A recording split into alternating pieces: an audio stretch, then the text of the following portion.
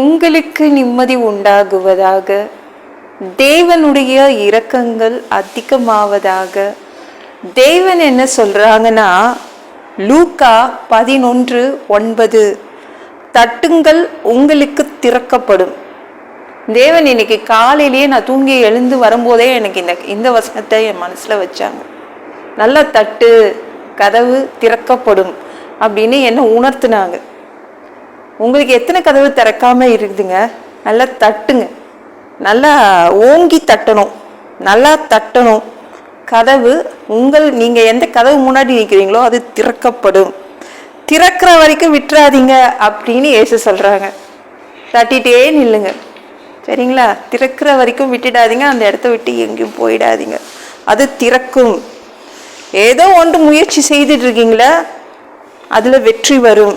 விட்டுடாதீங்க, அது உங்களுக்கு தான். நல்லா தட்டுங்க, நல்லாவே தட்டுங்க, நல்லா ஓங்கி தட்டுங்க. எவ்வளோ அதிகமாக நீங்கள் தட்டுறீங்களோ, எவ்வளோ அதிகமாக ஓங்கி தட்டுறீங்களோ அது திறக்கப்படும். அது கண்டிப்பாக ஸ்பீடாகவே திறக்கப்படும். நீங்கள் தட்டுற தட்டில் தான் இருக்குது, அது மிக விரைவாக உங்களுக்காக திறக்கப்படும். என்னங்க, கதவை நான் உடைச்சிட்டா என்ன பண்ணுறது? நல்லா பரவாயில்லைங்க, கதவு உடஞ்சிட்டு உள்ளே போனால் நம்மளுக்கு நல்லது தானே. ஒன்று அது அதுவே திறந்துட்டா நல்லது, ஏன்னா அது உடஞ்சிட்டா கூட நம்மளுக்கு நல்லது தான். ஆனால் தட்டிகிட்டே தான் இருக்கணும், திறக்கிற வரைக்கும். அந்த கதவு ஏதோ ஒரு முயற்சி செய்கிறீங்களே, அது வெற்றி பெறும் வரைக்கும் நீங்கள் தட்டிகிட்டே தான் இருக்கணும். நீங்கள் உள்ளே போவீங்க. தேவன் அப்படிதான் சொல்கிறாங்க, தட்டுங்க உங்களுக்கு தான் திறக்கப்படும் அப்படின்றாங்க. எப்படிங்க தட்டுறது? ஜபத்தின் மூலமாக, விடாப்புடியான ஜபத்தின் மூலமாக, உறுதியான ஜபத்தின் மூலமாக தட்டுங்க. ஃபாஸ்டிங் ப்ரேயர், விரதம் இருந்து ஜபம் பண்ணுறது, உபவாசித்து ஜபம் பண்ணுறது, துதிக்கிறது, பாட்டு பாடுறது, அதன் மூலமாக தட்டணும்.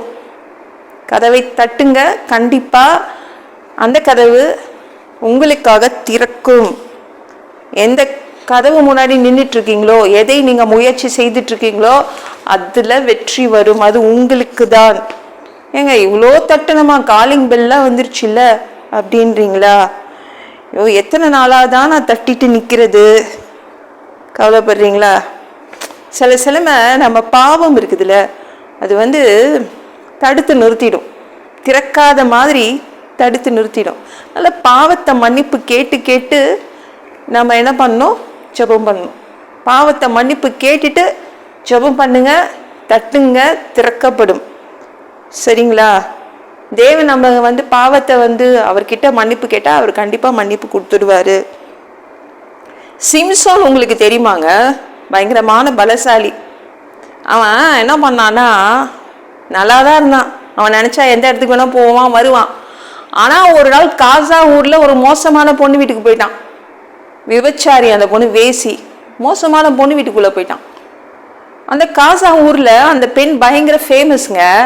நிறைய முக்கிய புள்ளிகள், விஐபிங்கெல்லாம் வருவாங்க அந்த பொண்ணு வீட்டுக்கு. காசா ஊர் மக்களுக்கு சிம்சோனை பிடிக்காது. கண்டுபிடிச்சிட்டாங்க, ஓ சிம்சோன் உள்ளே இருக்கிறது சிம்சோன் அந்த பெண் வீட்டில் சொல்லிட்டு என்ன பண்ணாங்கன்னா, ஊரை சுற்றி வளைச்சிட்டாங்க. காசா ஊருக்குன்னு அழகான கதவுலாம் போட்டு வச்சுருந்தாங்க.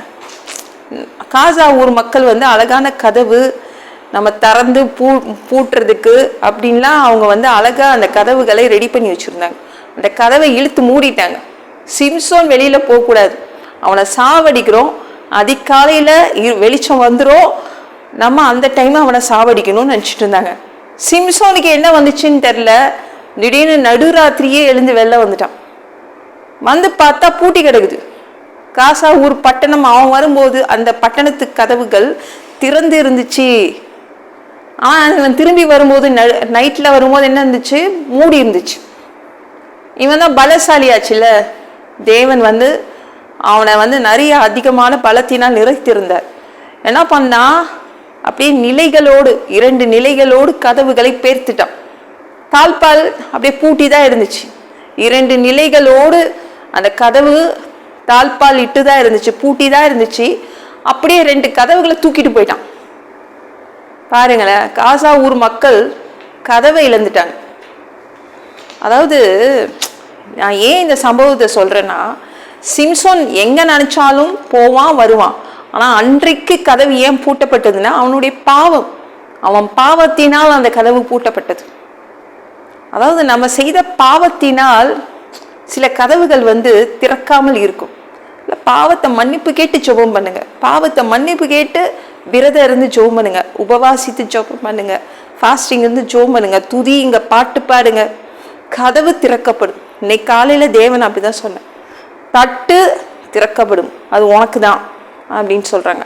ஆனா தட்டிட்டே தான் நிக்கணும், திறக்கிற வரைக்கும் தட்டணும், ஜெபத்தின் மூலமாக தட்டணும். சரிங்களா? கண்டிப்பா அந்த கதவு உங்களுக்கு தான்.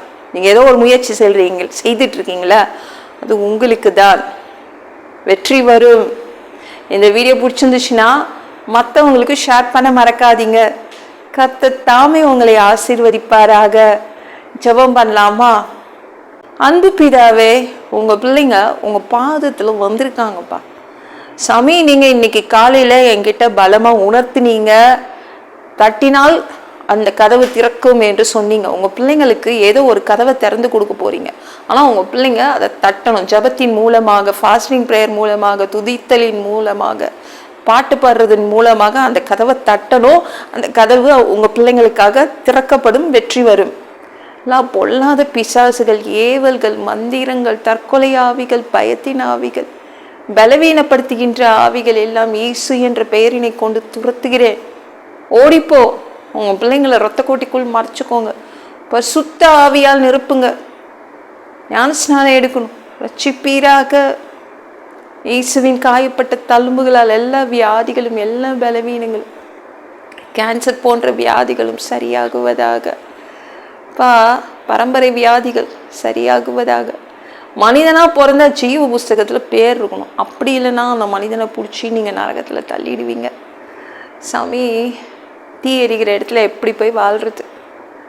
நாங்க பரலோகத்துக்கு வர்றதுக்கு ஆசைப்படுறோம்பா. அடிச்சு உதச்சி திருத்தி எங்களை பரலோகத்துக்கே அனுப்பிடுங்க.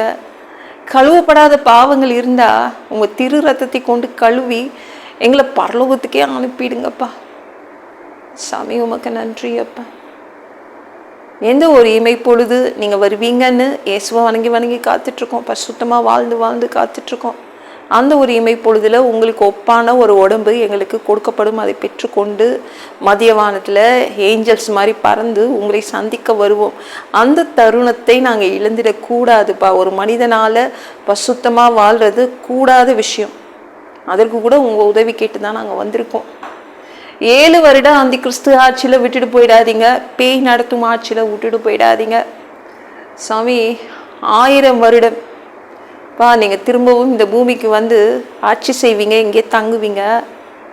அந்த பொற்காலத்தை பார்க்க ஆசைப்படுறோம். எங்களையும் கூப்பிட்டுக்கோங்க. எல்லாவற்றையும் ஒப்பு கொடுக்குறேன். ஏசு மூலம் ஜெபம் கேளும் பிதாவே, ஆமென். நாளைக்கு பார்க்கலாம்.